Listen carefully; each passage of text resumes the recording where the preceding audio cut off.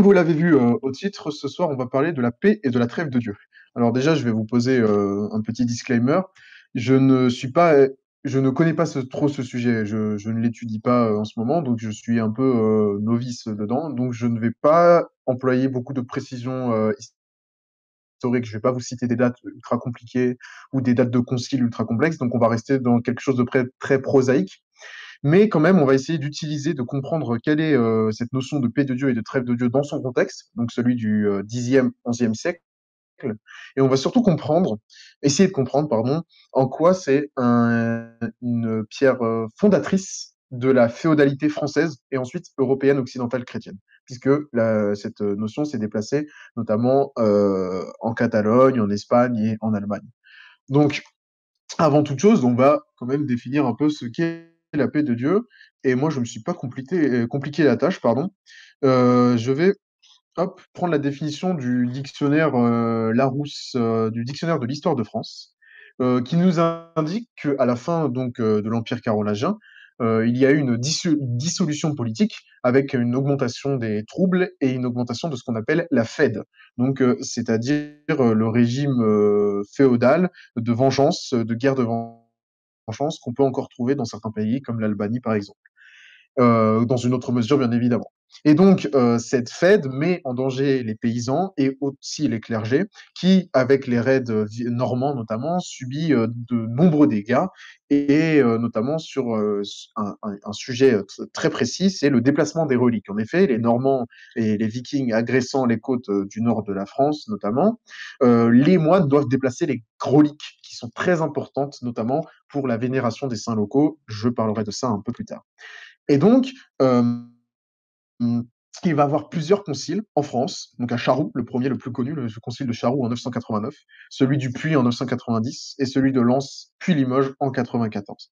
Et ces différents conciles de paix vont essayer de déterminer ce qu'on appelle la paix de Dieu, c'est-à-dire des mesures protectrices qui vont essayer de protéger d'une part les biens d'église et ensuite les biens de ce qu'on appelle les rustres en latin, c'est-à-dire les paysans, le peuple. Et la définition du peuple, c'est celui qui laboure les champs. Ce n'est pas la définition du peuple qu'on a aujourd'hui. Et donc, ça vise à protéger l'Église, les civils et les pèlerins, surtout, qui sont et les convois de reliques. Et donc ces différents conciles de paix qui vont apparaître d'abord donc dans cette région de l'Aquitaine et qui vont ensuite se diffuser, ils vont se multiplier après 1100 au-delà de la Loire. Et c'est sous le règne de Robert II le Pieux que ce serment de paix de Dieu va se transformer en un serment de paix de roi et que l'autorité princière va récupérer cette paix de Dieu. Et ça, j'en parlerai aussi en quoi cet aspect-là est fondamental dans la fondation de l'ordre féodal comme on le connaît aujourd'hui. Et donc, c'est ça qui va permettre de mettre une paix générale dans le royaume, de limiter les guerres intérieures, les guerres privées, de rendre tous les conflits plus juridiques, entre guillemets, c'est-à-dire qu'il va y avoir une augmentation du coup des demandes de plaidoirie, etc. En fait, on va plus essayer de comparaître devant un juge que de se taper sur la gueule. Et cette paix de Dieu permet de diriger ceux qui perturbent cette paix de Dieu, nous permet pardon, de diriger la violence vers ceux qui perturbent cette paix de Dieu. D'abord, ce sont les seigneurs qui ne se soumettent pas, jugés, on les excommunie, et ensuite ça va être les gens qui ne sont pas dans la religion et qui sont dans une fausse religion du point de vue catholique, c'est-à-dire les Sarrasins et tous les autres. Et donc, ça va, pour beaucoup d'historiens, favoriser l'idée de croisade, le fait que les Sarrasins notamment perturbent la paix de Dieu, qui est une paix universelle, étant donné que que l'Église catholique a une vocation universelle, et que donc il faut rétablir cette paix de Dieu, et qu'il est légitime de s'attaquer, étant donné que cette paix de Dieu à la fois protège, mais aussi légitimise l'action de punir. Et aujourd'hui, je ne vais pas parler que de la paix de Dieu, je vais aussi parler d'un truc qui est très similaire, c'est la trêve de Dieu, qui au début naît qui est un peu différente au début, mais qui va ensuite devenir un synonyme dans les textes. Cette trêve de Dieu, c'est celle, pour faire très simple, qui dit tout simplement que certains jours, on n'a pas le droit de se battre, ou on n'a pas le droit d'attaquer quelqu'un. Exemple, en fait, c'est du mercredi au lundi, et là, on va utiliser en fait des arguments théologiques pour justifier chacun des jours, donc le jeudi, le vendredi, le samedi et ensuite le dimanche qui viendra un peu plus tard. Et aussi toutes les fêtes, comme le carême, le temps pascal, l'Avent, etc., qui seront concernés par cette mesure. Et en fait, on va avoir une espèce de fusion, un mouvement parallèle entre cette paix de Dieu qui est décidée dans des conseils de paix et ces trêves de Dieu qui sont décidées un peu après, dans les alentours de 1020-1040, qui sont toujours issus du sud de la France, notamment avec le concile de Toulouse en 1027 ou le concile de Vic en Catalogne en 1033. Et donc, ces mouvements analogues vont, pour en final se fusionner avec l'inscription de ces mesures canoniques, puisqu'elles sont de l'ordre religieux, c'est l'Église qui décide ça, dans le droit coutumier. Et on va l'utiliser notamment, on va l'explorer ce soir avec le des Saxons et l'usage des Barcelonais. Et donc, il y a aussi un autre point de vue, c'est justement le fait que la paix de Dieu est comment dire, une mesure de l'Église qui s'est abattue sur un monde chaotique et qui a sauvé autant la Sainte Église qui s'est mise en rempart des pauvres, et les pauvres qui ne savaient pas se battre, qui se faisaient défoncer, ont été soudain sauvés, et c'est le paradis sur terre. Et la date ultime, c'est 1033, puisque 1033, c'est la fête de la c'est l'année, le premier millénaire de la Passion du Christ, la fête du millénaire de la Passion du Christ, et du coup, c'est très symbolique, voilà, ça fait un super beau récit du 19e siècle, un très beau roman national, qui a été autant repris d'ailleurs pour parler un peu plus politique, par des historiens de gauche que des historiens de droite, sauf que les historiens de gauche qui sont ensuite amenés à devenir marxistes, essaieront d'expliquer que la féodalité de base est ultra violente et que l'Église a dominé les princes et a assujetti et les princes et les vassaux et les paysans pour contrôler un peu le bazar en mode mafia qui contrôle un peu la violence et qui la dirige ensuite contre d'autres communautés comme les musulmans ou les juifs. Et aujourd'hui, je vais essayer de démentir ça, et surtout avec oui, ce démenti, de construire quelque chose, c'est-à-dire une vision, pas une nouvelle, étant donné que je la tire d'un historien, Monsieur Barthélémy, qui est spécialiste du sujet. Je vais donc essayer de vous expliquer une vision qui nuance un peu la paix de Dieu, donc son absolutisme, c'est-à-dire en gros l'Église salvatrice qui sauve toutes ses ouailles, et en même temps la vision marxiste qui parle d'un Moyen Âge, d'un empire comme ultra-violence, qui est absolument faux. Donc pour ça, on va d'abord on va d'abord voir quel est ce monde qui a vu naître euh, cette, euh, cette paix de Dieu. On va l'explorer de manière très conceptuelle, c'est-à-dire je ne vais pas rentrer dans des dates très précises parce que je m'y connais pas assez. Donc on va explorer ce qu'est le monde de la Fed, avec d'une part la notion de violence symbolique, où on va essayer de déconstruire l'idée du chaos qui a été promu par des historiens du 19e siècle. Et enfin, on va voir aussi en quoi ce monde de la Fed s'articule autour de trois ordres et les relations entre ces trois ordres, et en quoi surtout la paix de Dieu est indissociable de la société d'acte féodale et un acte du monde de la Fed. Ensuite, on va voir la paix de Dieu justement en tant que telle et la place qu'a l'Église dans cette promulgation. Donc on va voir d'abord qu'en fait la paix de Dieu, c'est presque l'Église.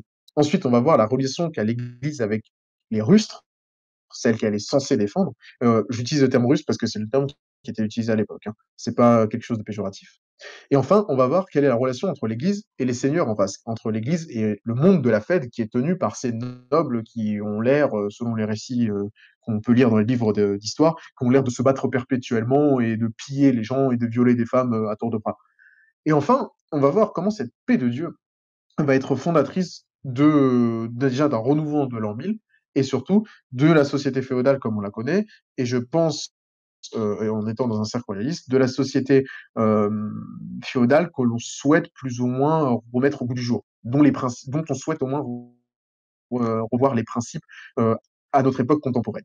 Et pour ça, on va voir déjà premièrement que les effets qui n'étaient pas si forts que ça devant le Seigneur, que cette paix de Dieu, elle ne s'est pas appliquée euh, comme ça, tous les seigneurs ont courbé la tête parce qu'ils étaient de très bons chrétiens.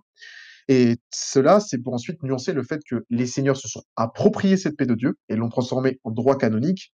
Et justement, que c'est là où il va avoir une victoire ultime de l'Église, puisque les enseignements canoniques de l'Église vont se retrouver dans tous les droits législatifs d'Europe occidentale. Et même, on va l'explorer ça avec notamment la différence entre Pax et Trauga.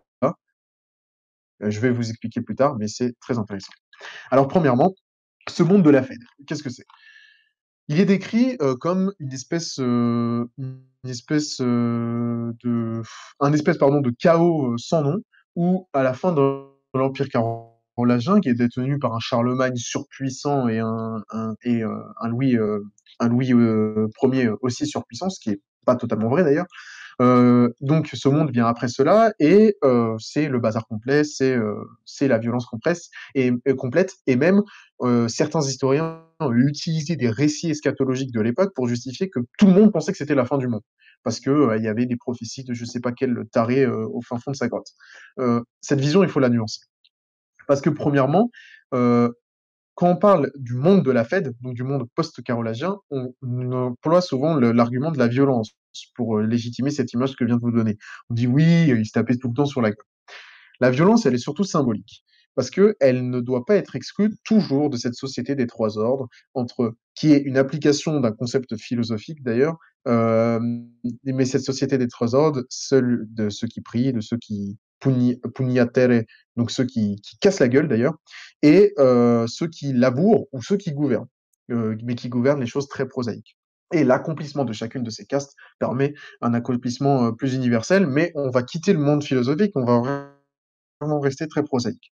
Et en fait, les paysans n'ont pas le droit de se venger. Dans le monde de la Fed, il y a un truc très important, c'est la vengeance. Quand on te fait un tort, tu as le droit de te venger. Et tu dois te venger. Soit tu demandes de vengeance et l'autre te donne une compensation financière, mais si ce n'est pas le cas, tu lui casses la gueule. Et c'est tenu par un droit de l'honneur. C'est un monde de l'honneur et du duel. Et cependant, il faut nuancer cette violence qui peut apparaître de prime abord. On se dit, ah ouais, d'accord, donc si j'ai mal regardé quelqu'un, il va me péter la gueule parce que je l'ai outragé et il a le droit de se venger. Parce que déjà, premièrement, il faut être égaux. C'est-à-dire qu'il n'y a que les nobles qui font ce genre de choses. Plaît-il? Ok. Il n'y a que les nobles entre eux qui font ce genre de choses. C'est pas un noble contre un paysan, un prêtre contre un noble, etc. C'est que les nobles qui se cassent sur la tête. Mais les retombées sont sur les paysans et les églises, c'est-à-dire que le noble va détruire l'église de son voisin. Ensuite, il faut comprendre que à l'époque, c'était pas vu comme si violent que ça. Un certain Flodoard, 966, pardon, parle de promenade militaire, dans le sens où on l'entend aujourd'hui. En fait, c'est tout simplement des excursions pour montrer sa puissance, pour être en position de négocier avant l'autre, et ensuite, un truc qui est presque inimaginable à notre époque, on observe un pardon chrétien.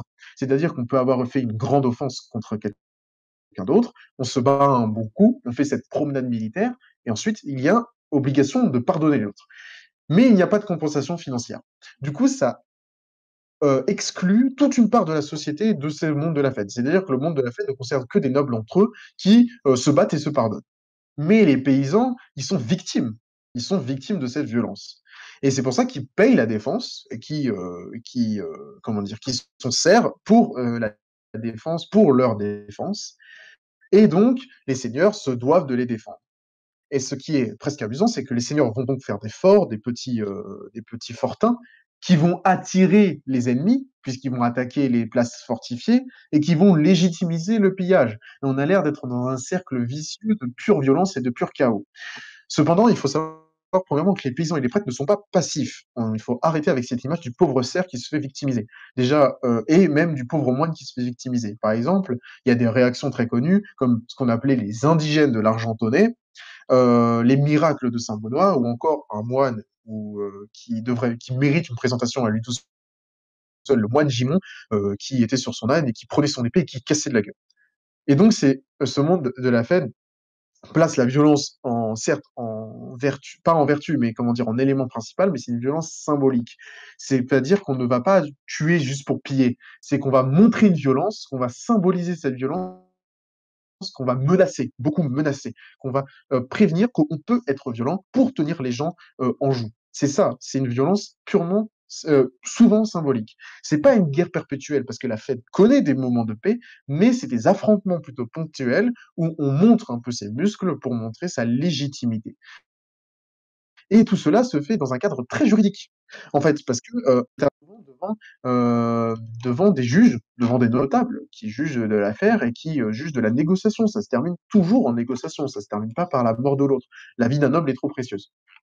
Donc, ça, c'est l'idée donc de cette idée de ce monde de la fête, c'est une violence symbolique qui se place dans un monde qui est un peu en crise, il faut l'admettre, notamment des dérèglements météorologiques, qui vient de quitter une phase impériale, celle de Charlemagne et de son fils, et qui essaye tant bien que mal de conserver un ordre, notamment entre un roi et un comte, parce qu'un roi pouvait dire mais qui t'a mis compte? Et le comte pouvait répondre mais qui t'a mis roi? Donc il y avait une légitimité à prouver. Mais il y avait aussi un esprit chrétien et un esprit d'ordre qui faisait que cette violence était rapportée à une violence symbolique qui était souvent symbolisée par en fait des petits raids en mode je peux t'atteindre.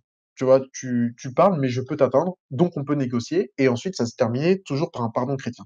Mais cette situation, elle pouvait paraître insoutenable pour les paysans, parce que les paysans, eux, étaient, comme je vous l'ai dit, en marge, ils ne pouvaient pas se défendre eux-mêmes. En fait, le propre du paysan à cette époque, c'est ne pas se défendre, c'est de ne pas pouvoir se défendre lui-même légitimement. Lui, il est obligé d'utiliser de la vraie violence. C'est-à-dire, lorsque je vous ai parlé de ce moine un peu costaud, un peu schwarzy sur les bords, ce moine Gimon, pardon, ou ces indigènes de l'Argentonnais, toutes ces actions qu'ils ont faites sont illégales. Elles ne sont pas dans un cadre coutumier, elles sont dans un cadre de réaction purement, on va dire, animale, dans le sens où on réagit à une violence, je me laisse pas faire, je vais pas me laisser ma femme se faire violer, je vais taper en retour. Ça, c'est la violence qui est, comment dire, la violence bestiale. Et elle est différente donc de la violence symbolique qui, elle, est inscrite dans ce monde de la fête et qui est rituelle presque.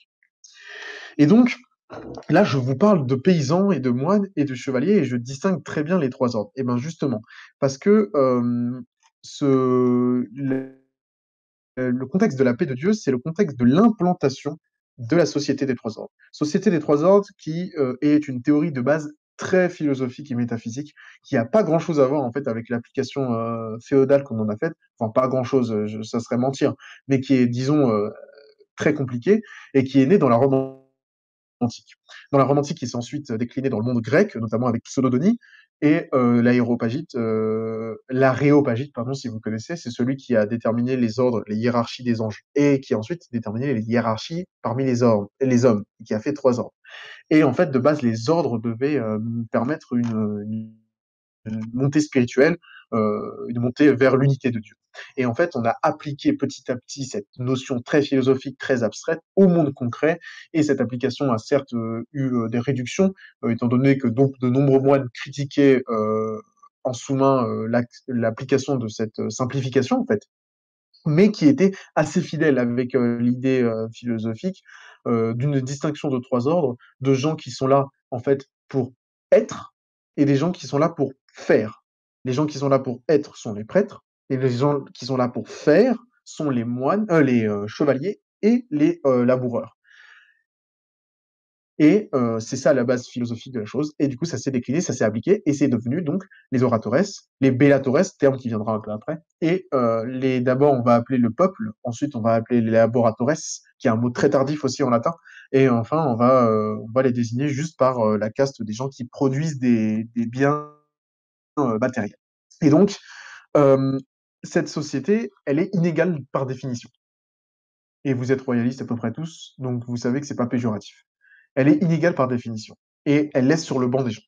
Et forcément, les paysans se sentent sur le banc et les prêtres se sentent sur le banc. En fait, ces deux castes se sentent sur le banc par rapport au prince, étant donné que ce monde de la fête privilégie un monde de l'honneur. Un monde qui est le propre du Bellatores, si vous voulez, qui n'est pas encore défini très bien comme Bellatores, mais qui est déjà dans les consciences. Hein. C'est-à-dire que les nobles connaissent cette société des trois castes, connaissent cette théorie, et les pauvres aussi. Enfin, les rustres connaissent cette théorie.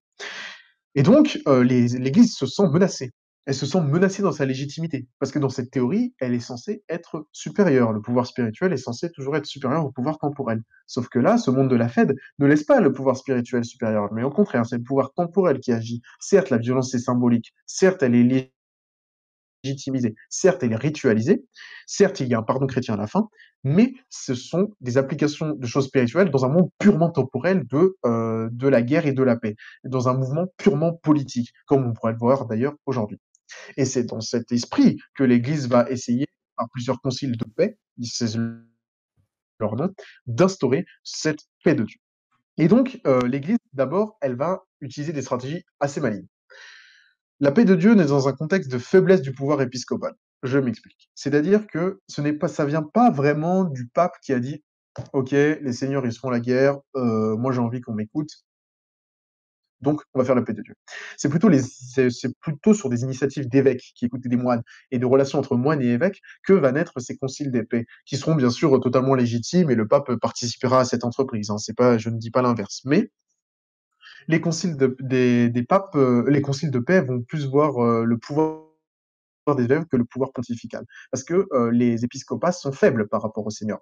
Il faut savoir que donc, le monde chrétien est divisé en diocèses et en épiscopats, et que des évêques dirigent tout cela, et qu'ils doivent des comptes au pape, et que les cardinaux votent et dirigent un peu aussi avec le pape. Et donc, les évêques, ils se font victimiser. Hein, parce qu'ils sont exclus de ce monde de la fête, parce que par définition, ils n'ont pas le droit de porter l'épée. Le moine Gimon, que je cite, il n'avait pas le droit de porter cette épée. Donc les évêques, ils ne peuvent pas se défendre. Or, ce monde de la fête, certes, il y a une violence symbolique, et c'est pas la violence qu'on nous a décrite dans les livres d'histoire, mais quand même, c'est l'acier. C'est le monde de l'acier, du fer et du bronze. Vous voyez, de la bagarre, quoi. Et donc, les évêques sont mis au banc, et pourtant, c'est eux qui sont censés être supérieurs.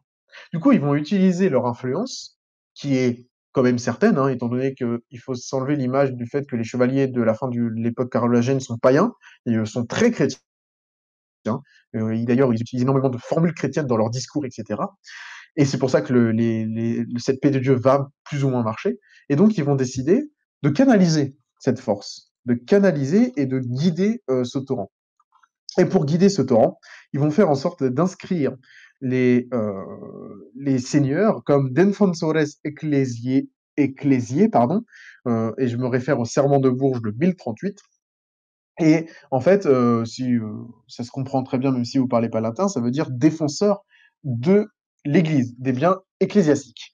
Et donc, ce qu'ils vont faire, c'est que pour soutenir le pouvoir épiscopal, il va être décidé de faire des chevaliers des défenseurs de l'Église et de faire de la notion de chevalier, pardon, excusez-moi, de faire du chevalier dans son essence même, en fait, un défenseur de l'Église, c'est-à-dire un chevalier se définit comme tel, et ça s'affirme, en fait, c'est les différents conciles de paix vont affirmer ça après 989, et dès 989, on va voir cette idée de protection des biens de l'Église, et du coup, l'Église va faire en sorte de canaliser cette force pour que elle soit en sécurité.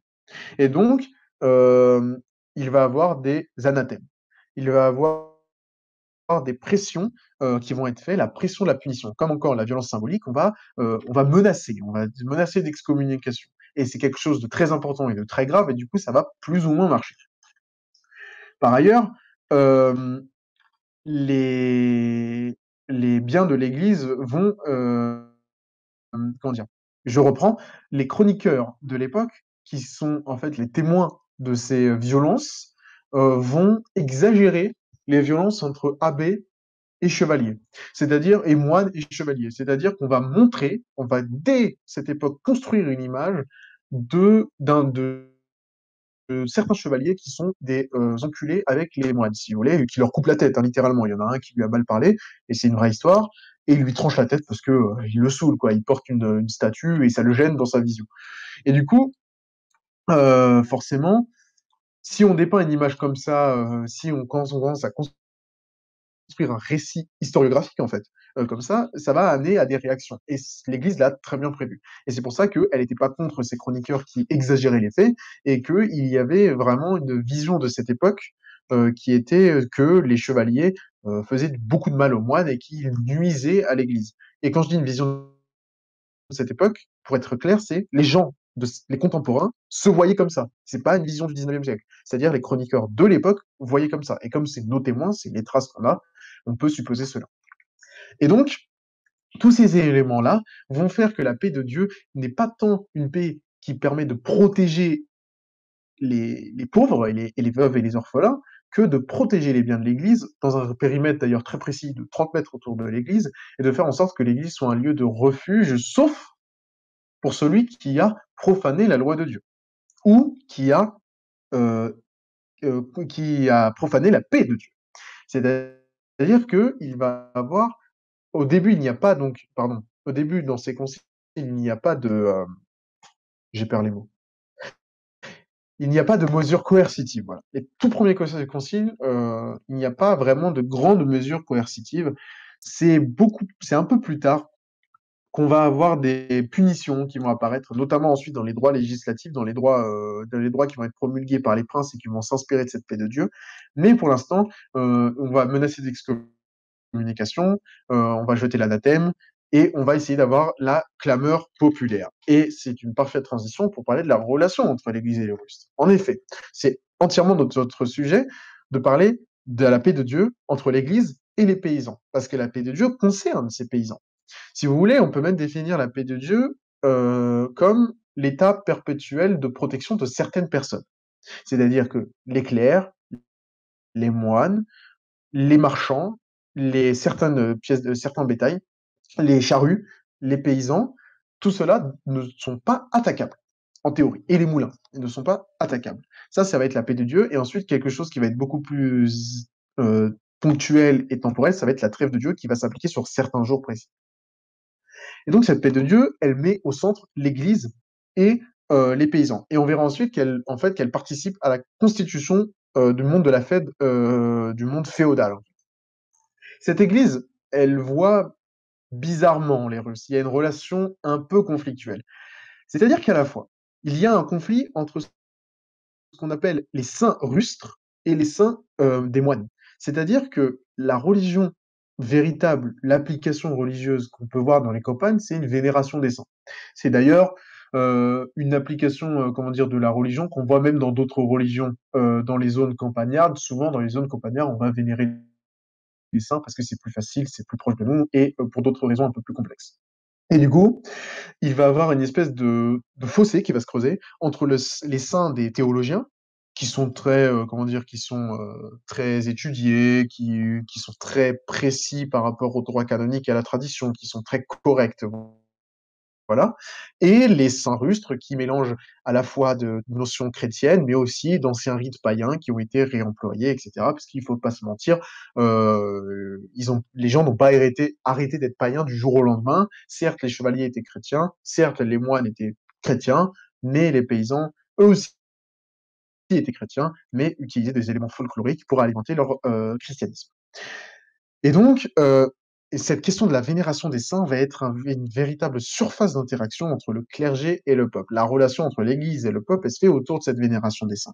Parce qu'en fait, la paix de Dieu va promouvoir notamment la protection des reliques et de certaines reliques. C'est-à-dire qu'on va déterminer qu'il y a des reliques qui appartiennent à des saints hérétiques et qu'il y a des reliques qui appartiennent à des saints canoniques. Et donc, l'Église avait tout intérêt à reconnaître certains saints russes comme des vrais, véritables saints, et pour avoir une approbation du peuple, parce que le peuple se reconnaîtrait dans le clergé.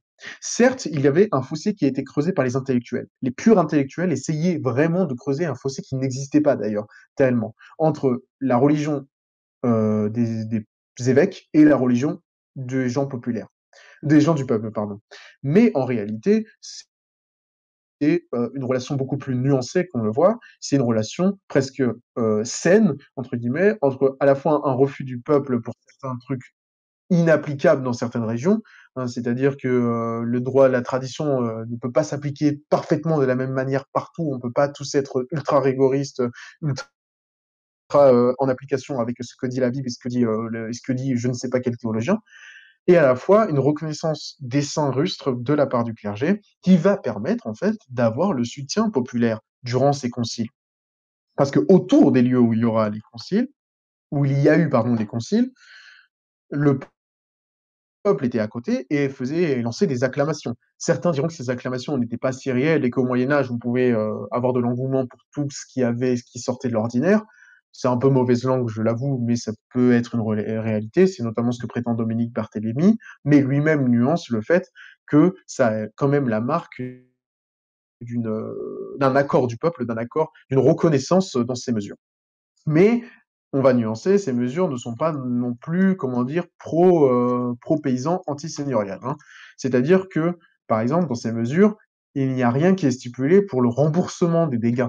Parce que certes, il y a des dégâts qui sont faits sur les moulins, etc., malgré qu'ils soient sous la paix de Dieu, les seules mesures sont contre les seigneurs, pas pour les paysans.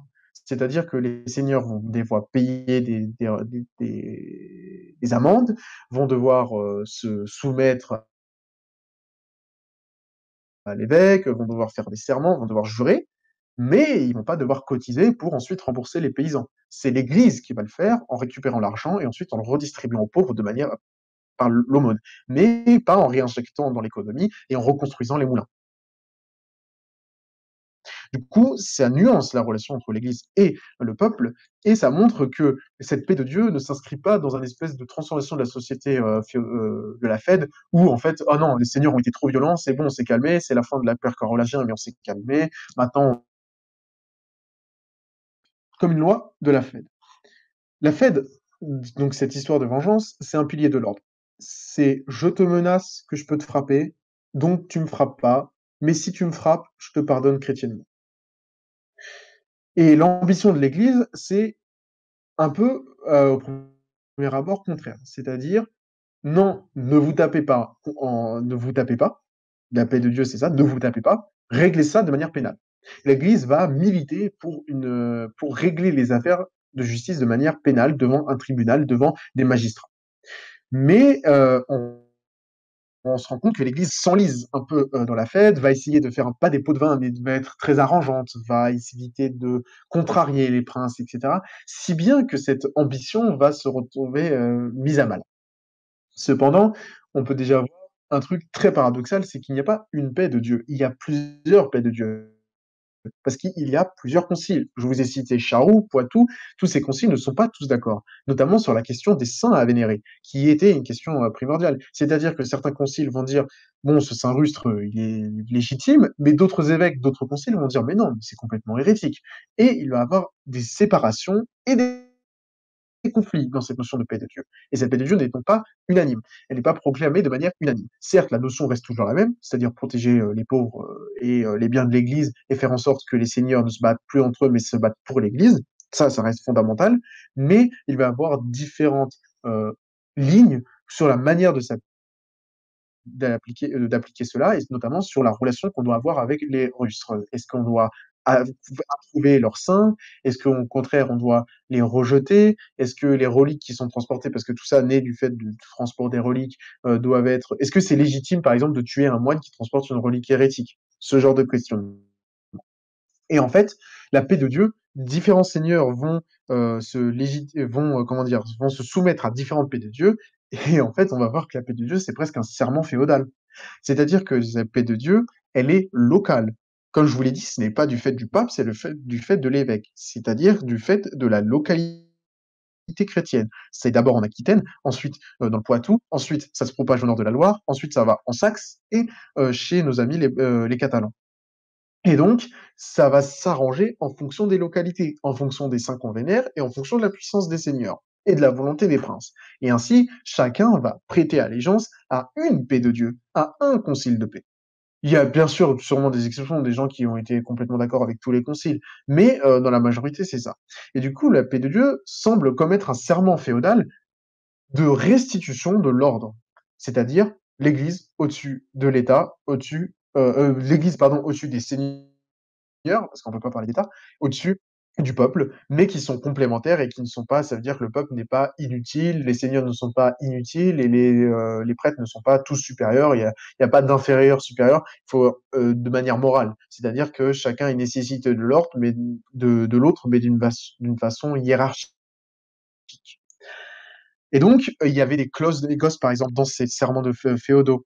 Et cette paix de Dieu participe d'une dynamique post-carolingienne de protection de l'Église et des reliques, mais aussi de mesures spécifiques aux localités. On n'est plus dans un système impérial et de constitution de serments, en fait, de serments qu'on ne prête plus à un seigneur temporel qui n'est pas légitimé, mais qu'on prête à un évêque qui est complètement légitimé aux yeux de Dieu. Aux yeux de Dieu, pardon. Et là, on peut se dire, mais Hastings, tu nous parles de paix de Dieu, tu nous as pas parlé de trêve de Dieu. J'y viens. Et ensuite, bah, cette paix de Dieu, tu nous dis qu'elle n'a pas été si bien appliquée.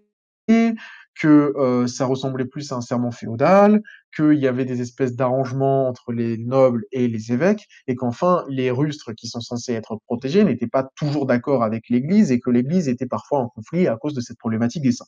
Je réponds que oui, mais que l'ultime victoire de cette paix de Dieu et cette trêve de Dieu, elle n'est pas dans le fait d'avoir institué, comment dire, une paix sociale où les paysans gambadent et les chevaliers défendent les paysans, parce que c'est pas le problème. Premièrement, il faut parler du fait que bah, les évêques, ils n'ont pas beaucoup d'armes pour parler. Et les seigneurs sont beaucoup plus puissants qu'eux. C'est-à-dire que il va avoir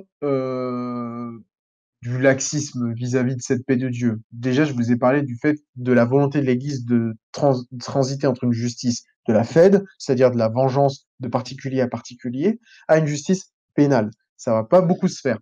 Ensuite, même si dans la justice de la Fed, en fait, ce qui est paradoxal, c'est qu'à la fin, on se retrouve devant un tribunal, mais pour d'autres raisons, pour des affaires privées. Ensuite, il va avoir un pardon des fautes passées. Et il va avoir une situation très paradoxale, c'est le fait qu'il y a des seigneurs qui vont refuser l'amnistie du rival, et ces seigneurs-là vont devenir cibles légitimes, étant donné que la paix de Dieu appose un pardon des fautes passées. Et ainsi, on va avoir des espèces de cercles vicieux où des seigneurs vont se battre parce qu'ils n'ont pas respecté la paix de Dieu. Alors que le fondement de la paix de Dieu, c'est de faire en sorte que les seigneurs ne se battent pas entre eux, mais que pour l'Église. Et on se retrouve dans une situation où on se dit, mais ça marche pas leur truc, ça a aucun sens. Les vilains sont pas protégés, il n'y a pas de réparation des vilains, et on fait juste l'aumône et on garantit juste qu'il faut pas les attaquer, mais c'est pas tout le temps appliqué. Et ensuite, les seigneurs se battent eux-mêmes entre eux pour appliquer la bonne paix de Dieu.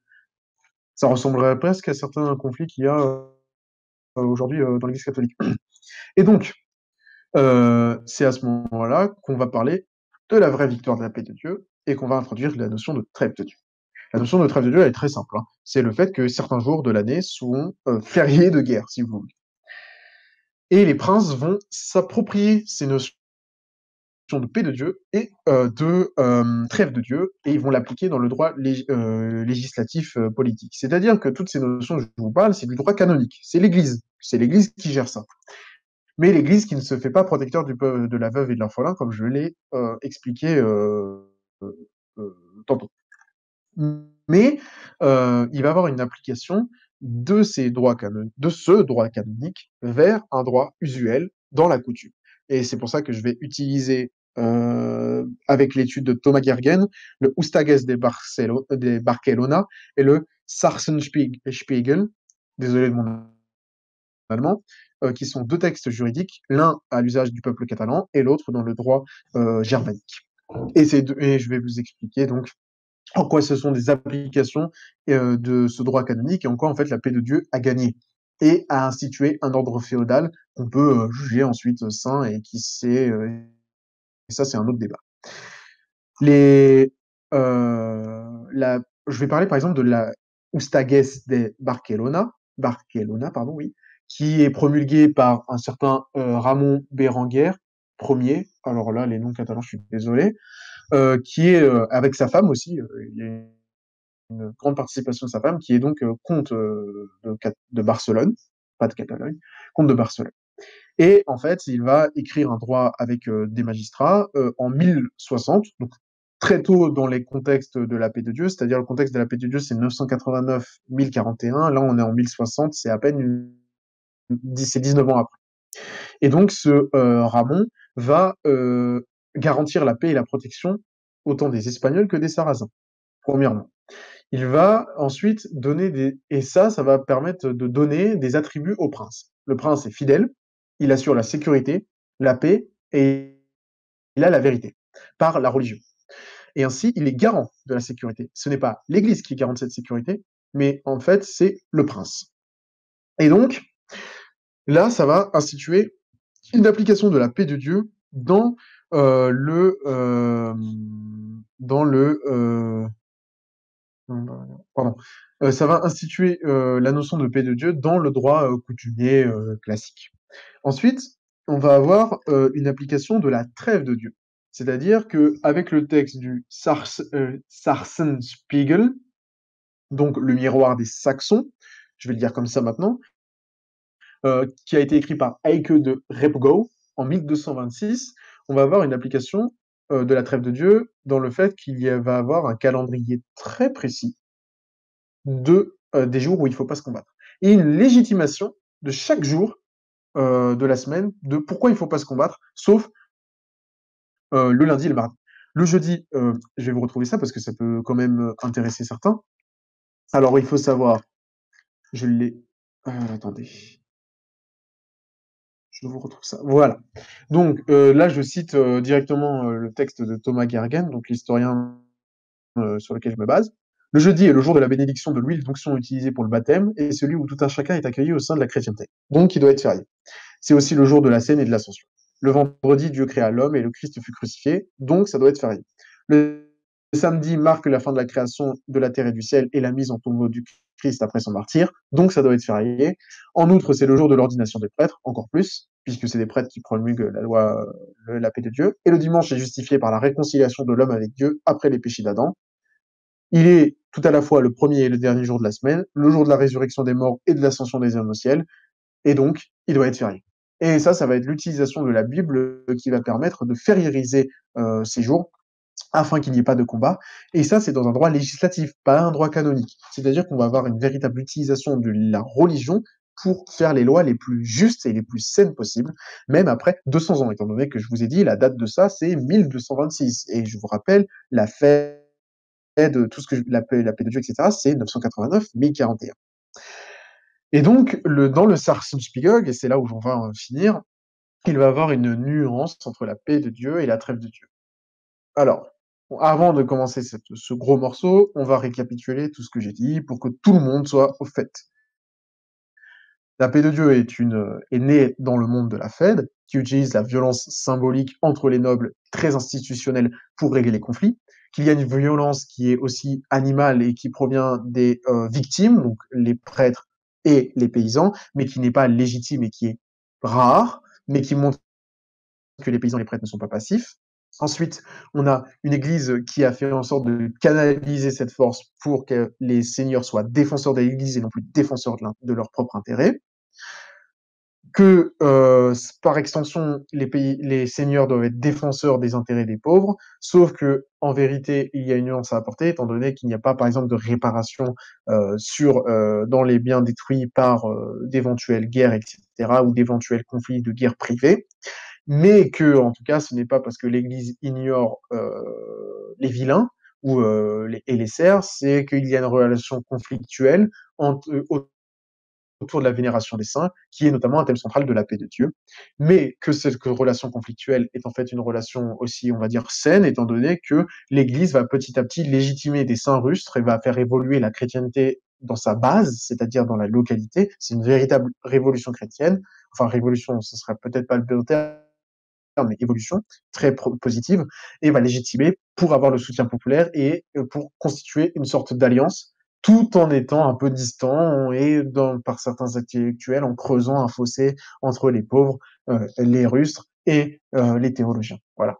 Et qu'enfin, cela va passer dans le droit canonique, que la paix de Dieu est une paix qui est en fait assez féodale, qu'il faut parler des paix de Dieu, que cette paix de Dieu n'a pas été si bien appliquée dans son fondement même, parce que de base, l'ambition, c'était de transférer la justice privée à la justice pénale, mais ça n'a pas très bien marché, mais qu'en fait, cette paix de Dieu s'est appliquée dans le droit législatif bien plus tard, même jusqu'en 1926 d'ailleurs, voire XIVe siècle, et qu'on assiste en fait à une réussite de cette paix de Dieu, étant donné qu'elle va être admise par certains, par tout le monde, et qu'elle va être ancrée dans les coutumes. Et c'est là, en fait, la victoire du loi, c'est quand elle est entrée dans une coutume.